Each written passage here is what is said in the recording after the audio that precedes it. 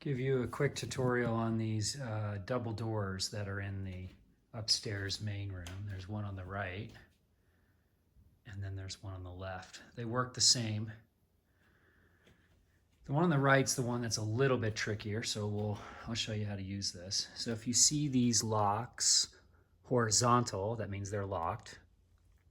There's also a little sticker that says open. That's on the side that you open first. So you first unlock it by going vertical. Then you press down and pull open.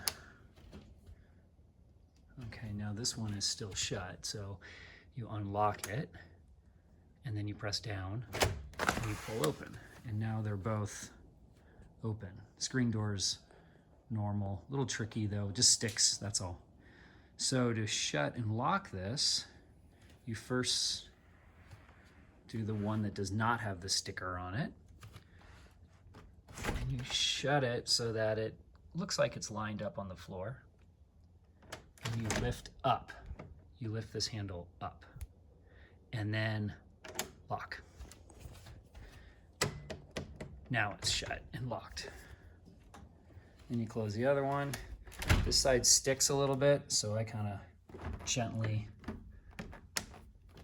push. There we go. And then pull up